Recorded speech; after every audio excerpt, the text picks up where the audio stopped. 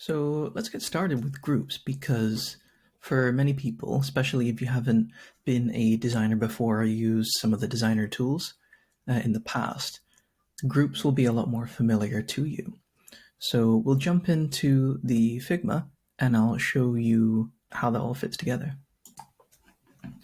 So to demonstrate how groups work, what I'm going to do is create a few different things. So we'll have a regular text layer. We'll have a circle. Let's just call that circle and make it blue so it's easier to see. And then what I'm going to do is also import an image. And let's, oops. So as you could see there, that was pretty cool actually. You can actually place it inside objects if you import an image. What I'm going to do is actually just shove that over here. And if you hold down Command, you can actually crop without having to double click and edit images. So that's pretty handy. And here's some like latte art I've been working on learning how to pour. So to show you how that all fits together, if you grab this, you can right click and you can group a selection or press Command G to bring that together. And when that happens, you can resize that to see what happens to the layers inside. So as I do that, you can see everything inside scales as wide as the group itself is and shrinks down to match. And it's a little bit harder to see with the text layers, but if I click on that, you can see that it also resizes itself. We then click on the group and do this.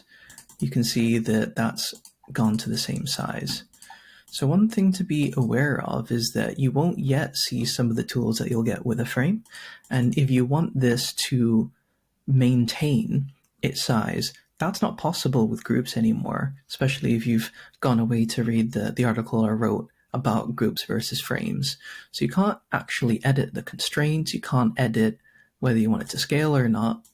All you'll be able to do is with a group, when you group stuff, you get the default behavior of how groups work and fit together. So this is a lot more familiar. This is probably a lot more what many people will be used to, except for the text. So this is a lot more like the scale tool. So if I press K to scale, remember this is in the top left, and I scale it, maybe that's a bit more familiar. And this starts to show you some of the small differences in Figma and what you might get a glimpse of when we are moving onto frames.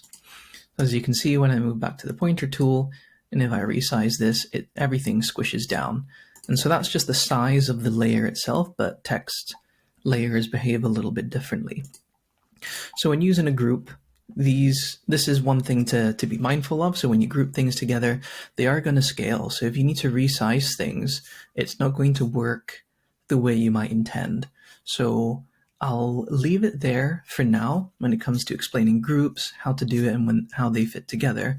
When I cover frames, you'll see exactly where the differences really start to shine and really make a big difference to how you piece together your file and how you piece together your prototypes and designs.